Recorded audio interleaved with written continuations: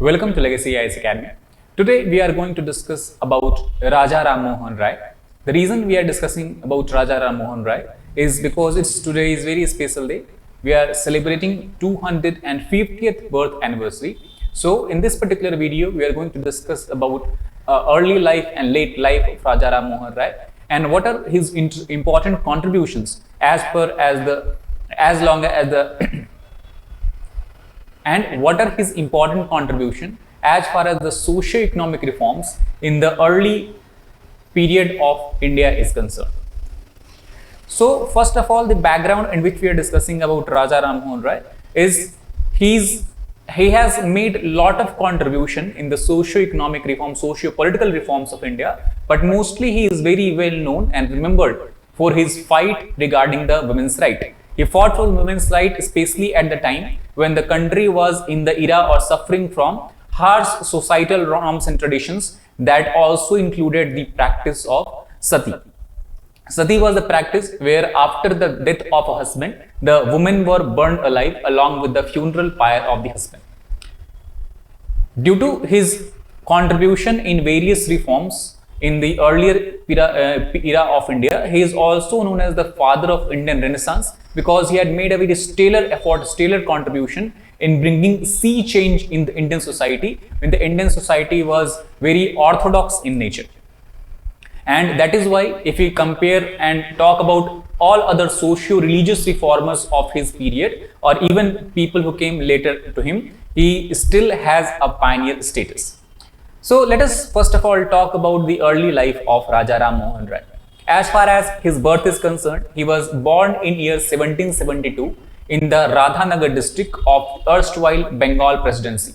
He was born in a Brahmin family, and due to this higher caste status in which he was born, and also because his fathers and parents were economically affluent, from very early childhood, Raja Ram Mohan Rai was able to get a very good quality of education. Now, if we talk about the childhood of Raja Ram Mohan Rai, so he actually shunned the prevalent orthodox practices of that time that included idol worship and other orthodox practices of the same time. And due to this reason, when he was very young, he went to travel in the Himalayas and the Tibet region. And while traveling in the Himalayas and Tibet, he also learned Persian and Arabic along with Sanskrit. Raja Ram Mohan Rai is very well known as a polyglot who has a very good command on lot of different languages. It is during his travel in the Himalayas and Tibet, when he was learning different literatures from different religions, he understood or strongly believed in the concept of unity of God. He said that it does not matter which religion do you follow, there is only one God which guides all of us. However, after completing his travel, when in the adolescent period he came back to the life, his parents were not happy with his radical approach toward the prevalent practices of the time, and that is why they wanted him to get married so that it can help him in changing the outlook, what outlook he has toward the life and society in general. That he was married at the early age. Despite this, the plan of the parents did not succeed, and Raja Ram Mohan Rai still got very deeply involved in the studies of Hinduism and in the literature belonging to the Hinduism.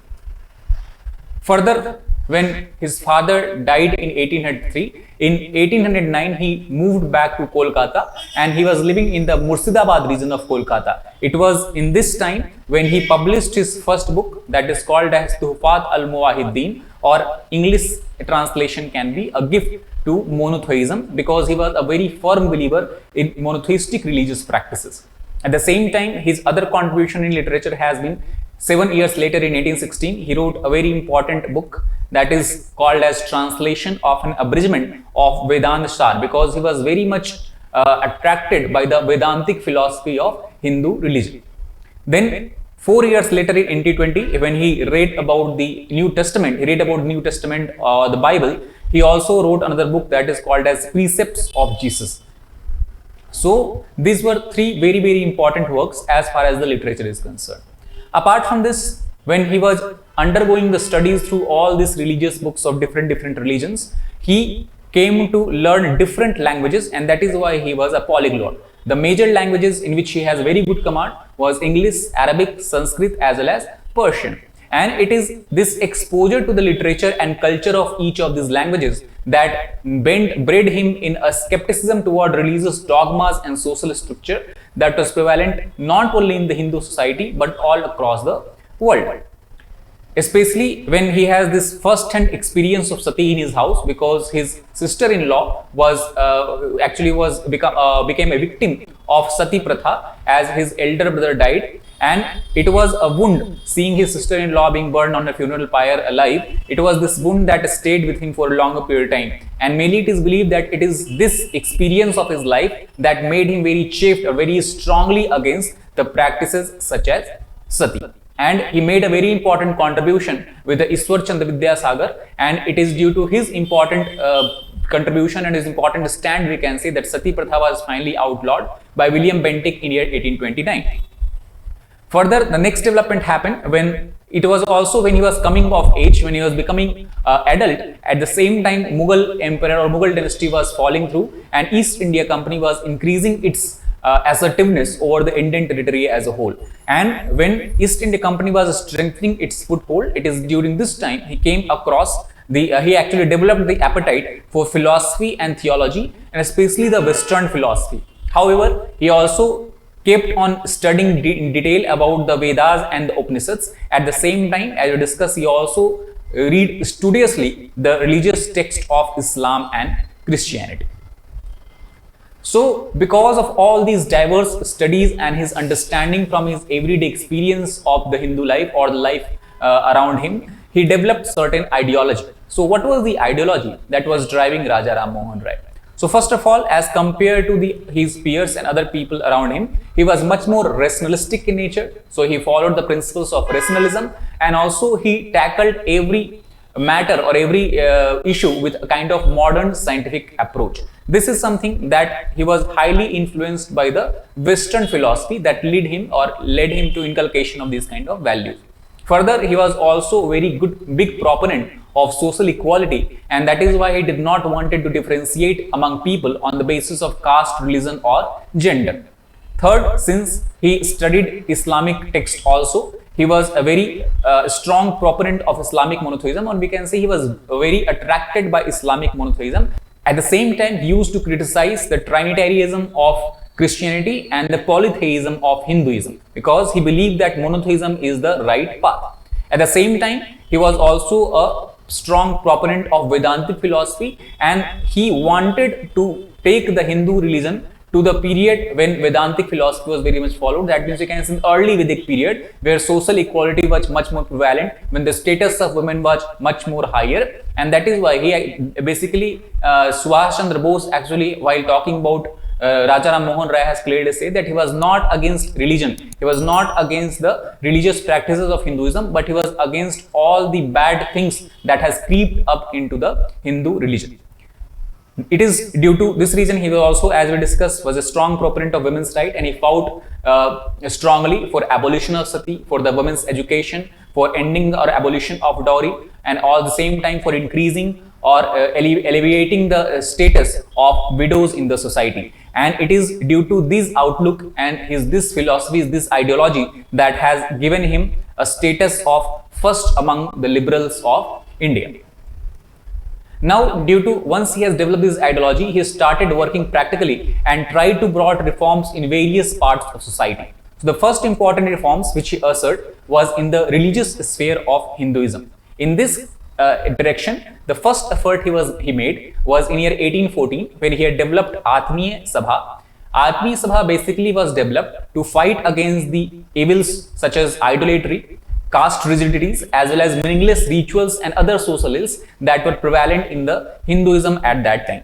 Further, in year 1820, as we discussed, he has written a book 1820, and through this book he wanted to talk about the ritualism of Christianity, and at the same time, however, he has this story through which the New Testament tried to talk about God and Jesus. He accepted this, and he was very much positively influenced by this, but at the same time he also rejected Christ as the incarnation of God.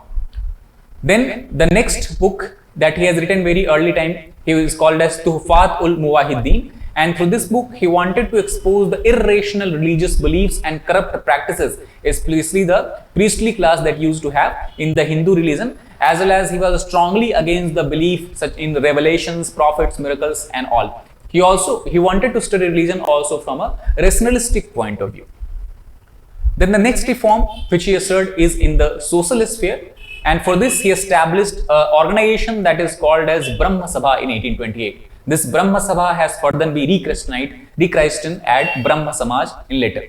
The Brahma Sabha is very important institution as far as the social reform in India is concerned, because it is believed to the first intellectual reform movement in modern India. And through Brahma Sabha, as more and more people keep on joining it, it actually led to emergence of a rationalism and enlightenment in the Indian society.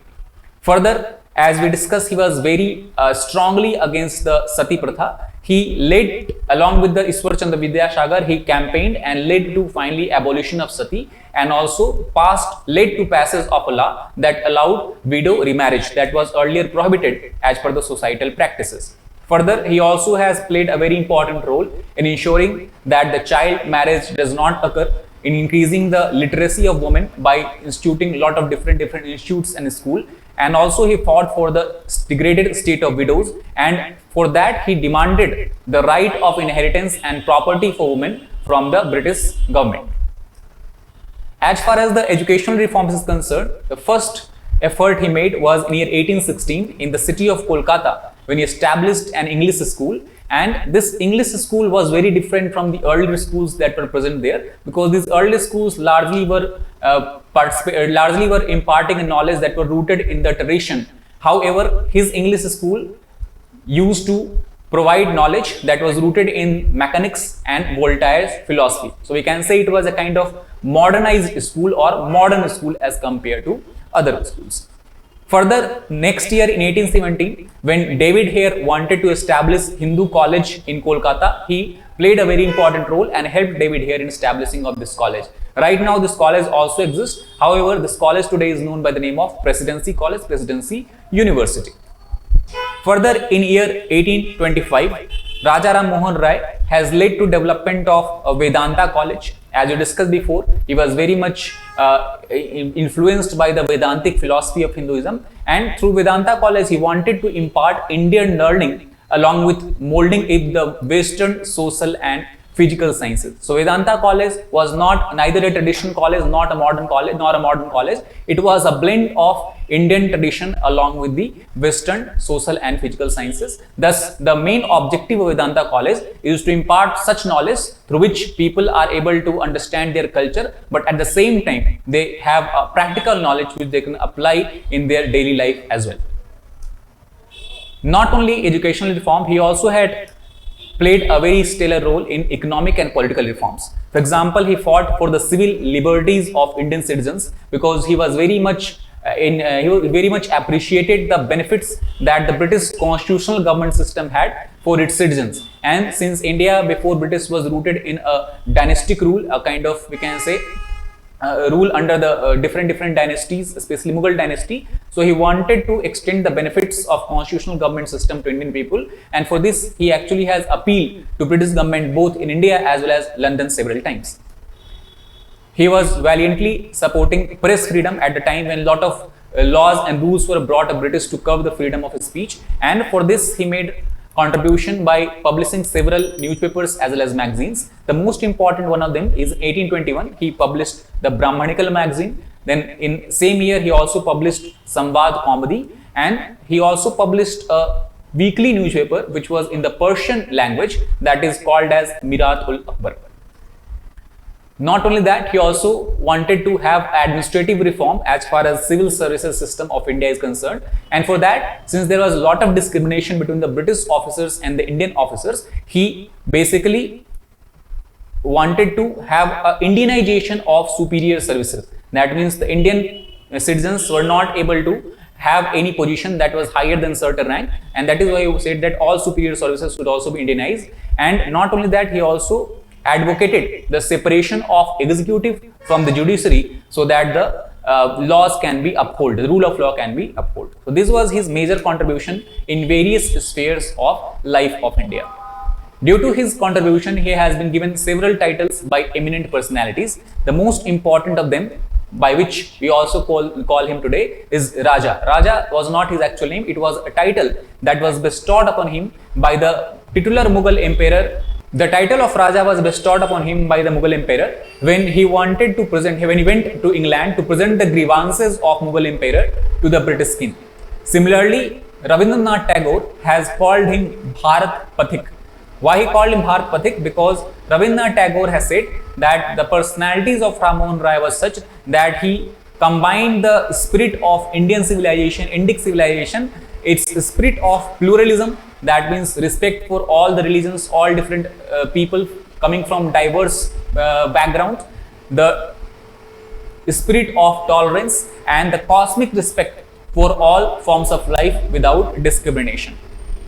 It is due to this reason, apart from calling him Bharat Pathik, Rabindranath Tagore also have called him a luminous star in the firmament of Indian history. Now, if you look at today, the 250th anniversary of Raja Ram Mohan Roy birth is being celebrated. So, this celebration is not restricted for one day, but it is going to be a year-long celebrations that will take part in different parts of the country.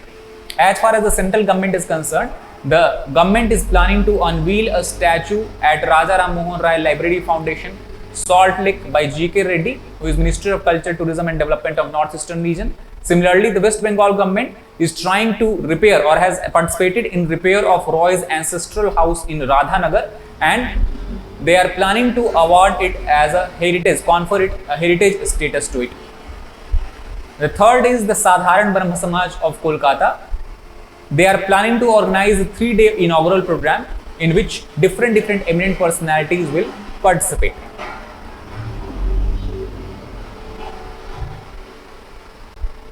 So what we can say in conclusion, as said by Subhash Chandra Bose clearly, that he was an apostle of religious revival, and by advocating an all-round regeneration of the social and national life, an acceptance of all that is useful and beneficial in the modern life of Europe, Raja Ram Mohan Roy stands out against the dawn of new awakening in India as a prophet of new age.